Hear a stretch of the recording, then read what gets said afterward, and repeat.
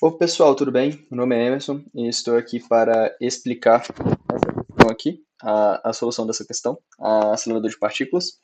Ela está presente na lista um, que é sobre condicionais e operadores. Ela fornece para a gente o percurso que uma partícula pode percorrer em um acelerador de partículas. Bom, ela vai sair aqui desse emissor, pode ficar ou não dentro desse círculo aqui, mas obrigatoriamente ao fim ela deve sair e bater em algum desses sensores aqui no final. Além disso, nesse esquema do percurso, cada intervalozinho desse implica em 1 quilômetro. Então, por exemplo, vamos supor, aqui tem 1 quilômetro de distância para o emissor, ela vai ter percorrido 1 quilômetro, aqui tem 2 quilômetros, aqui tem 3 quilômetros, e assim adiante. Então, bom, além disso, a entrada, ele garante que a entrada que ele vai dar pra gente vai ser sempre uma distância que a partícula percorre e termina em algum desses sensores obrigatoriamente. Isso é muito importante. Então, bom, vamos lá. Para começar, a gente pode começar resolvendo outro problema, que é o seguinte.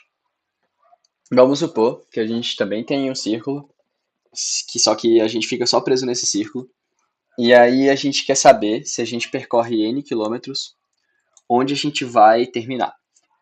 Bom, a gente vai começar no ponto inicial zero, e aí a gente vai descrever labels para cada ponto assim que tem 1 quilômetro de distância para o último ponto. Então, por exemplo, sei lá, esse ponto aqui vai estar 1 quilômetro de distância para o início, esse ponto aqui vai estar 2 quilômetros de distância para o início, 3 quilômetros de distância para o início, 4 quilômetros de distância para o início, 5 quilômetros de distância para o início e assim adiante.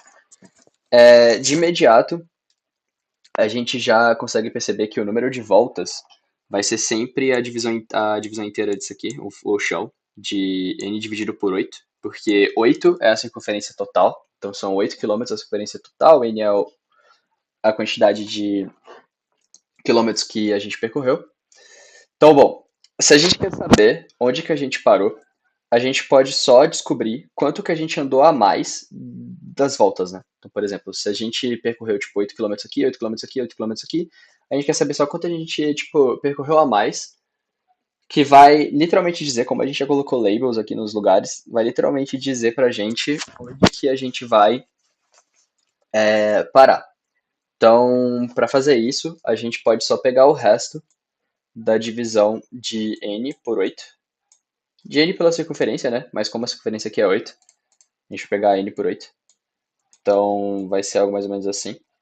Então, essa aqui seria a nossa solução para esse problema aqui. Tipo, a gente conseguiria dizer qual ponto que a gente parou, só pegando o resto da divisão de n por 8. Bom, vamos voltar um pouquinho aqui então para o nosso problema do acelerador de partículas. No problema do acelerador de partículas, a gente não tem muito bem só um círculo, né? Mas a gente pode tentar transformar esse problema naquele outro problema.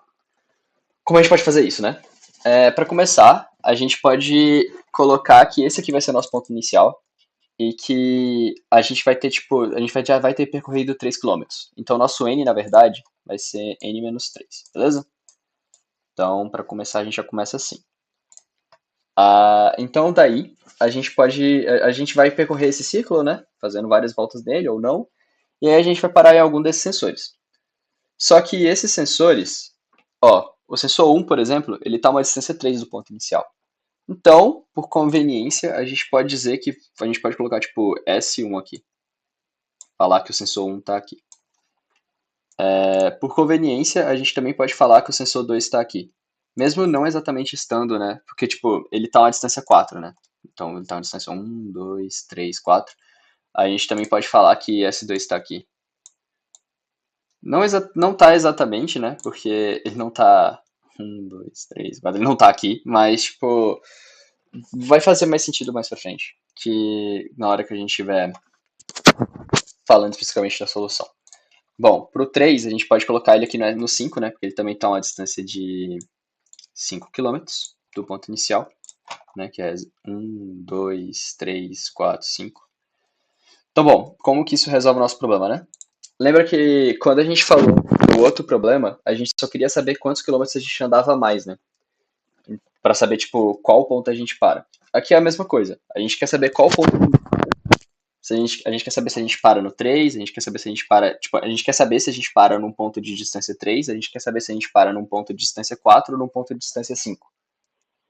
Então, o que basta a gente fazer é a gente pegar esse n-3 aqui e pegar ele, o resto da divisão dele por 8.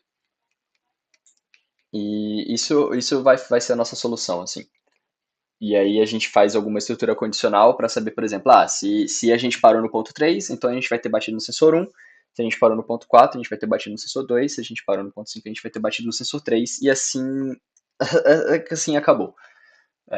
Então é isso. O código ele vai ficar mais ou menos assim. Eu já tinha codado antes. Então, bom, a gente recebe a quantidade os quilômetros que a partícula percorreu. A gente calcula o lugar onde ele parou, que a gente vai chamar de quantidade. Se a quantidade for igual a 3, a gente vai ter parado no sensor 1. Se a quantidade for igual a 4, a gente vai ter parado no sensor 2. Se a quantidade for. Aí, a questão, como eu já tinha falado anteriormente, a questão garante que a gente não vai ter, tipo, outra opção de parada. A gente não vai ter, tipo. Não vai ter como a gente ter andado 6, ou 7, ou 0, ou 1, ou 2. A gente pode só fazer um else aqui para otimizar e falar que, beleza, então se ele não bateu em nenhum dos outros para cima, ele vai ter batido no 3.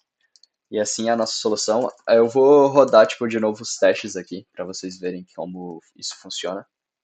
Então aqui, por exemplo, 23 quilômetros ele para no sensor 2, 6 quilômetros ele para no sensor 1, 9,1, 9,2 ele vai parar no sensor 3, assim como está aqui nos casos de testes. Como vocês podem perceber, ó, 23, 2, 6, 1 e 9,1, 9,2, 3. Então, bom, vamos submeter isso.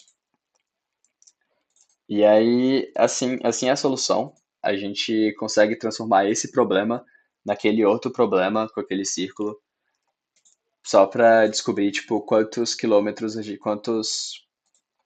gente andou a mais do que o que a gente andou no ciclo completo, sabe? Então é basicamente isso, aqui a questão passa. Então é isso, pessoal.